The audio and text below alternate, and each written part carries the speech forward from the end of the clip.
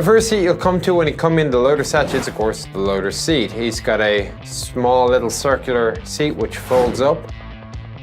Other features other than the ammunition which he loads, he's going to have a little light of his own. This here is for the armoured housings on top of the transmission compartment. Now, a neat feature about the SU-100 from a technical aspect is you can see very clearly the large housings for the springs for the Christie suspension. In addition to the springs, you also have directly underneath me the axle that the road wheel arm will rotate around. On the left-hand side, again, you have another spring which is angled slightly forward. And you can also see where most of the 33 rounds of 100mm ammunition will go.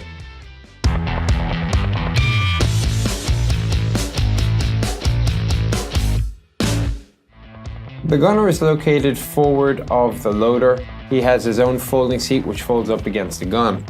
To his direct front are his main controls. He only has manual, no power on this vehicle. To traverse, he has a screw system, and for elevation, it is a toothed arc.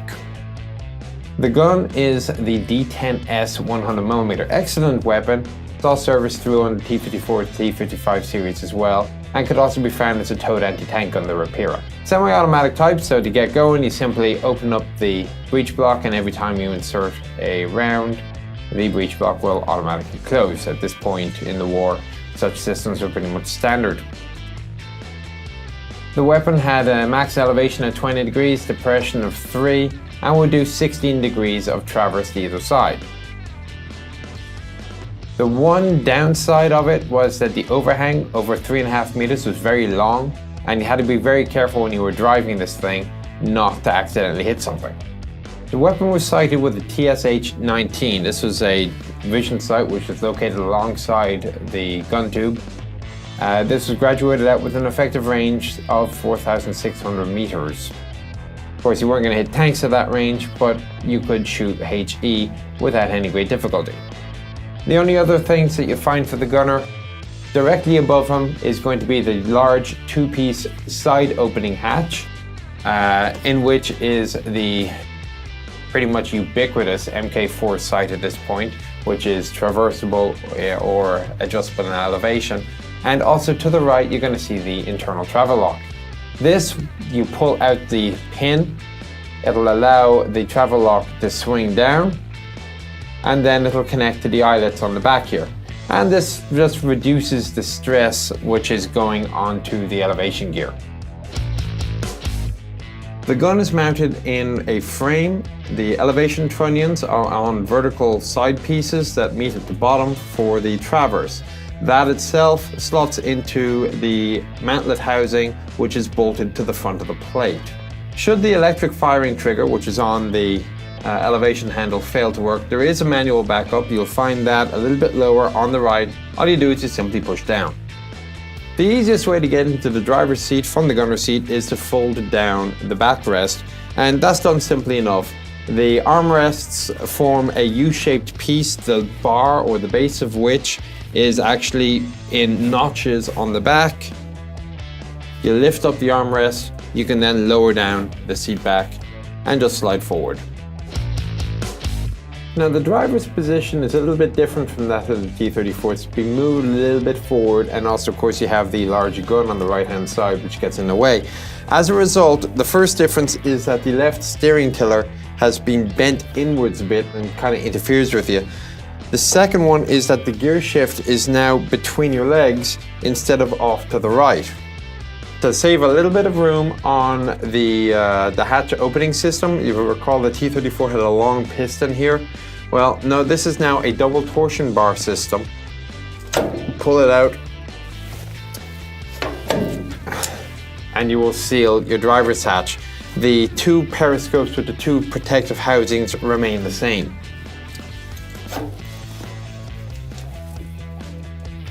Just open her up. Oops.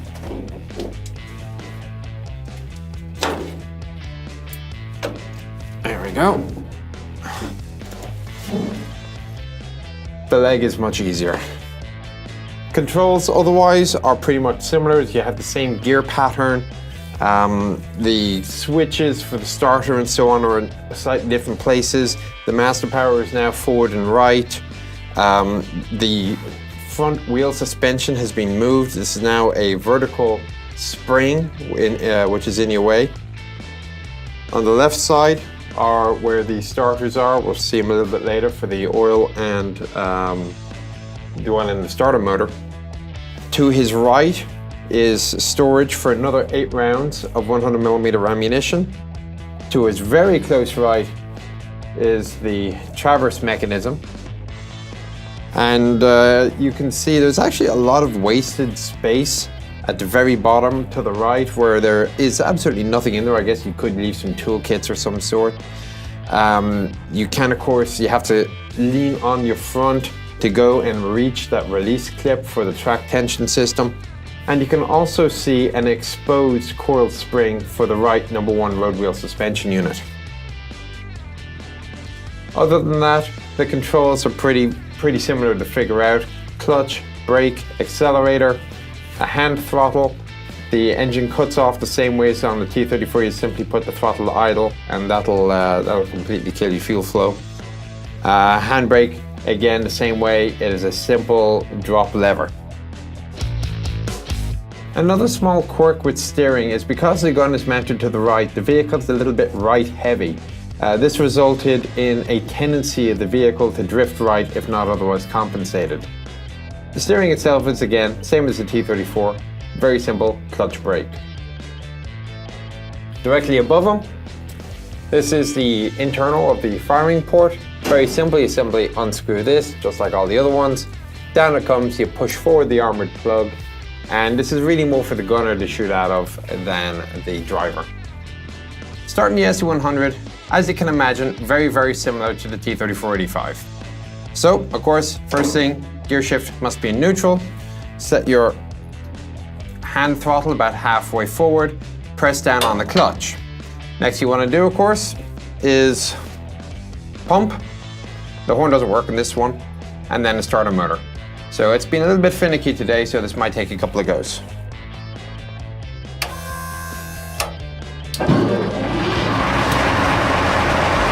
Or maybe it won't.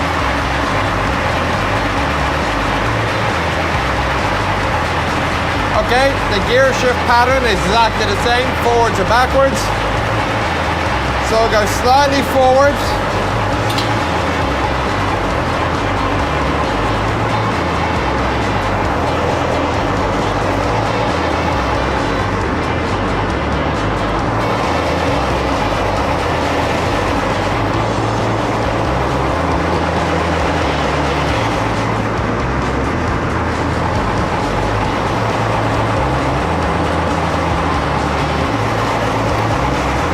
Okay, let's see what happens.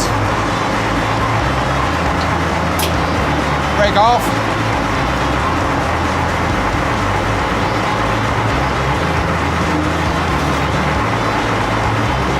Okay, take the plug off the clutch, and I'm looking at how the steering handles will hit me, and it's not going to be pleasant. Keeping an eye on the mechanic there.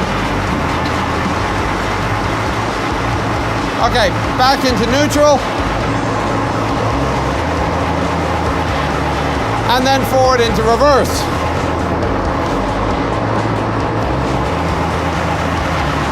Foot off the brake, let go of the clutch.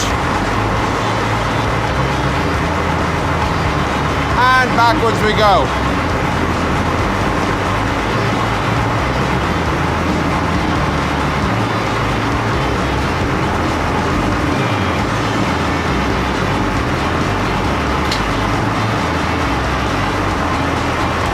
Alright, simple enough.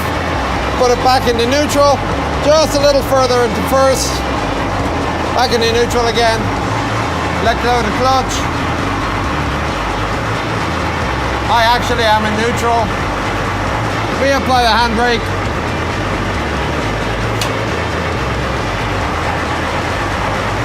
Kill the engine. And that was simple. It actually took me a while. The gear pattern isn't absolutely central. It took me a couple of seconds to figure out where the actual notch was. So compared to the earlier T34 I drove, actually changing gear was actually a lot easier once I figured out where the pattern was. Didn't have to use quite as much force, it was a lot smoother. The last and definitely most cramped position is that of the commander. Now there has been a concession to his physical body in that they've made this little bulge for his shoulder to go. However, he has no room for his legs. And now this isn't me, this 2-meter tall guy saying, I have no room for my legs. This vehicle has no room for the commander's legs. My left foot is resting on one of the internal fuel tanks, but my right leg is bent inwards because of the housing for the coil spring for the suspension. And there really is nowhere for the guy's right foot to go. To the right are electronics, upwards would be the radio. By the way, if you go too far left, you're going to hit the gun, especially if it's traversed to the left. And he wants to be very careful because there's no recoil guard here. The breech is going to come sliding back. If his arms aren't up out of the way, he very well could lose an arm. This is not the most comfortable position. To have a look around, he does have 6 direct vision slits in the non-rotating cupola. The cupola hatch does rotate. It's a 2-piece split hatch. And in the roof of it is yet another Mk4 Unity sight, which can be adjusted in elevation and, in theory, in traverse.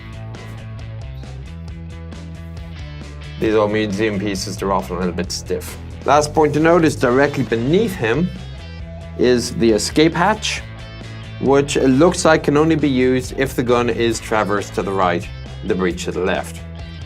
Behind him, I'm not entirely sure how we're supposed to get to it. I presume the loader really is another firing port with a direct vision slit. Directly against the wall are the ammunition storage racks for the submachine gun ammo, and of course, the 2 ventilator housings. As far as tank destroyers go, the SU-100 was about as good as you're going to get. It was low, mobile, and you can't really argue with the 100mm. In fact, the worst you could say about the vehicle was it was a little bit nose heavy and it tended to wear out the running gear a little bit quickly. Under the Project Code of Object 138, just shy of 1,600 were built by June of '45, and production ceased with 2,495 of them having been built. Outside of that, there's not really much else to say. It was a vehicle that did its job well. Hope you found the tour somewhat informative, and we'll see you, as ever, on the next one.